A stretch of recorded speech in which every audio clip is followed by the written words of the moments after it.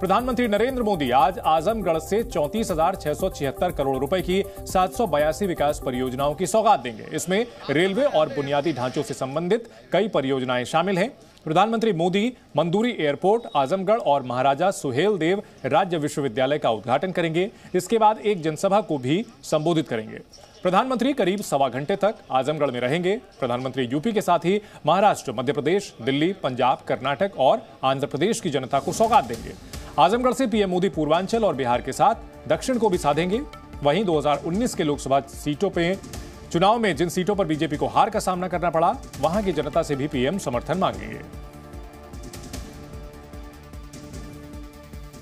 प्रधानमंत्री नरेंद्र मोदी आज अपने पूर्वांचल दौरे के दूसरे दिन आजमगढ़ पहुंचेंगे। यहां पर वो तमाम योजनाओं की सौगात आम जनता को देंगे। प्रधानमंत्री के दौरे को देखते हुए सुरक्षा व्यवस्था को काफी चाक चौबंद कर दिया गया है। प्रधानमंत्री करीब 12 बजे के आसपास आजमगढ़ पहुंचेंगे और यहीं से ही मंदूरी एयरपोर्ट का लोकार्पण करेंगे। यहीं से ही सुहेलदेव यूनिवर्सिटी का लोकार्पण भी प्रधानमंत्री को करना है। इसके साथ साथ कई हवाई अड्डों का लोकार्पण और शिलान्यास भी प्रधानमंत्री यहाँ पर करेंगे। ऐसे में ये कह सकते हैं कि करीब 782 परियोजनाओं की जो सौगात है वो भी प्रधानमंत्री आज यहीं से देंगे। आप तस्वीरें सकते हैं कि फिलहाल यहाँ पर जो तैयारियां हैं वो पूरी कर ली गई हैं और प्रधानमंत्री का इंतजार किया जा रहा है।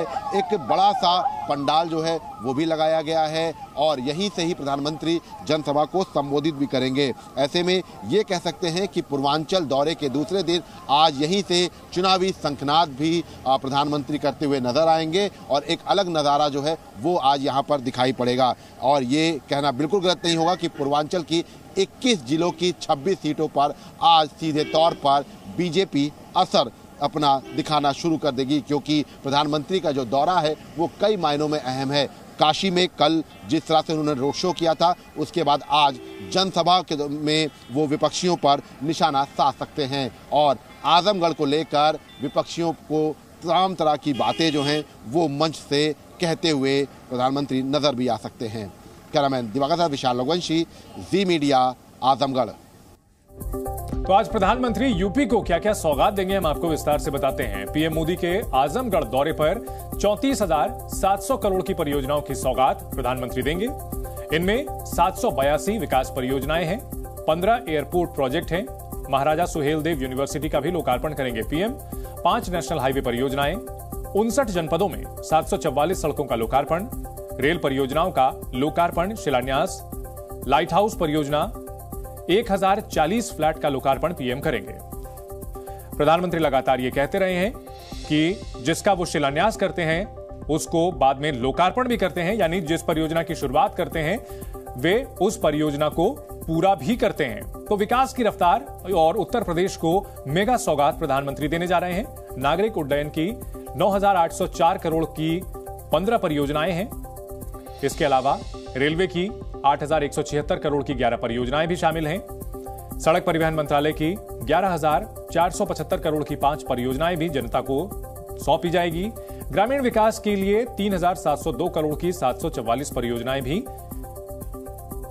जल शक्ति मंत्रालय की 1,114 करोड़ की 3 परियोजनाएं भी जनता को दी जाएंगी। 3 तस्वीरें हम आपको दिखा रहे हैं। आजमगढ़ और वाराणसी का प्रधानमंत्री का दौरा, मेगा परियोजनाओं का उपहार प्रदेश को मिलेगा और पूर्वांचल से जीत का मंत्र देंगे पीएम।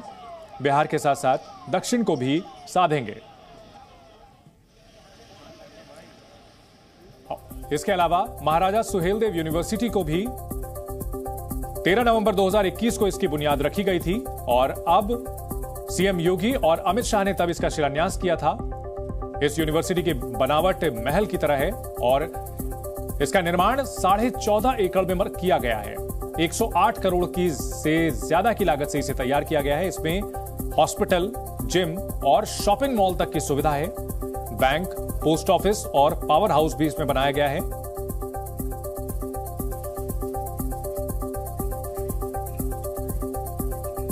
प्रधानमंत्री नरेंद्र मोदी भगवान शिव के परम भक्त हैं। महादेव के प्रति उनकी भक्ति किसी से छिपी नहीं है। उनका शिव भक्त रूप बार बार देखने को मिलता है। कल पीएम मोदी शिव की नगरी काशी पहुंचे और बाबा विश्वनाथ के दर्शन कर साल 2024 में जीत का आशीर्वाद मांगा। काशी टू आजमगढ़, मोदी की बड़ी सौगात। हाथ में त्रिशूल, माथे पे तिलक, गले में माला और उनके चेहरे पर नई ऊर्जा। ये तस्वीरें प्रधानमंत्री नरेंद्र मोदी के वाराणसी दौरे की हैं, जहां पर पीएम मोदी का एक अलग ही अंदाज देखने को मिला।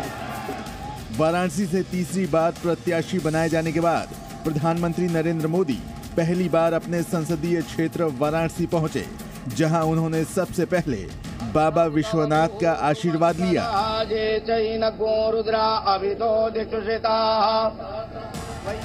बाबतपुर एयरपोर्ट से लेकर काशी विश्वनाथ मंदिर तक 34 अलग अलग जगहों पर हजारों कार्यकर्ताओं ने पुष्प वर्षा कर प्रधानमंत्री का स्वागत किया। प्रधानमंत्री के रोड शो के दौरान ढोल नगाड़ों और हर हर महादेव गुंजायमान हो रहा था।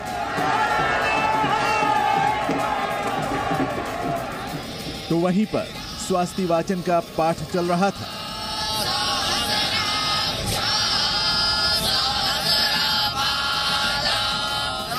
इस दौरान उन्होंने विश्वनाथ मंदिर के बाहर त्रिशूल दिखाकर चुनावी बिगुल फूंक दिया।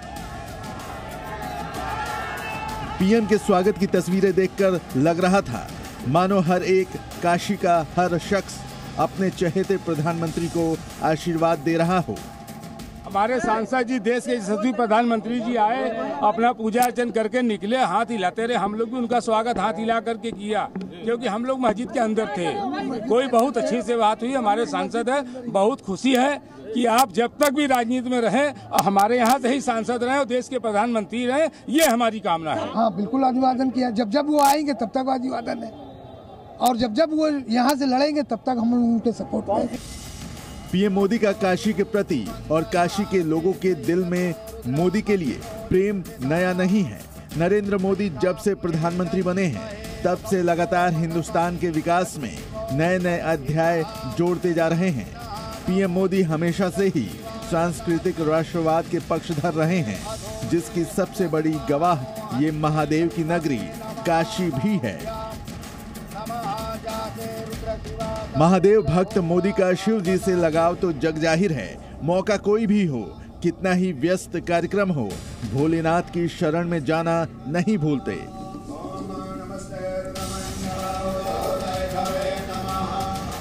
चुनाव आयोग ने अब तक भले ही चुनाव की तारीखों का ऐलान नहीं किया है, लेकिन पीएम मोदी की ये तस्वीरें बताती हैं कि उन्होंने 2024 के लोकसभा के चुनावों का शंखनाद कर दिया है।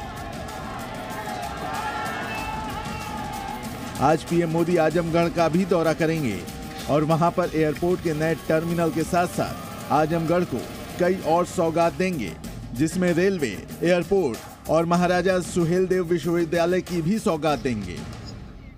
शनिवार को वाराणसी पहुंचे नरेंद्र मोदी ने अपने दिन की शुरुआत असम से की। सुबह सुबह काजीरंगा नेशनल पार्क पहुंचे, जहां उन्होंने हाथी की सवारी के साथ ही जीप सफारी भी की। प्रधानमंत्री असम के अहोम साम्राज्य की शाही सेना के प्रसिद्ध जनरल लाचित बोरफुकन की भव्य प्रतिमा स्टैच्यू ऑफ वेलोर का अनावरण किया, जिन्होंने मुगलों को हराया था। विकसित भारत का संकल्प पूरा करने के लिए नॉर्थ ईस्ट का विकास जरूरी है। कांग्रेस के लंबे शासनकाल में नॉर्थ ईस्ट को दशकों तक सरकार की उपेक्षा सहनी पड़ी है। हमारी सरकार ने नॉर्थ ईस्ट के इंडस्ट्रियल इकोसिस्टम को मजबूत बनाने के लिए उन्नति योजना को नए स्वरूप में इसका और विस्तार करते हुए मंजूरी दी है। असम के बाद पीएम मोदी अरुणाचल प्रदेश पहुंचे और वहां सेला सुरंग परियोजना का उद्घाटन किया और फिर वहां से सीधा वाराणसी के लिए रवाना हो गए। असम से लेकर अरुणाचल तक लगातार दौरा करने के बाद भी पीएम के चेहरे पर थकान नहीं, बल्कि देश सेवा का जज्बा और सुकून दिख रहा था, जो बताता है कि सेवा भाव से काम करने वालों के लिए उम्र और थकान कभी रुकावट नहीं बनती है। ब्यूरो रिपोर्ट, जी मीडिया। जी न्यूज़।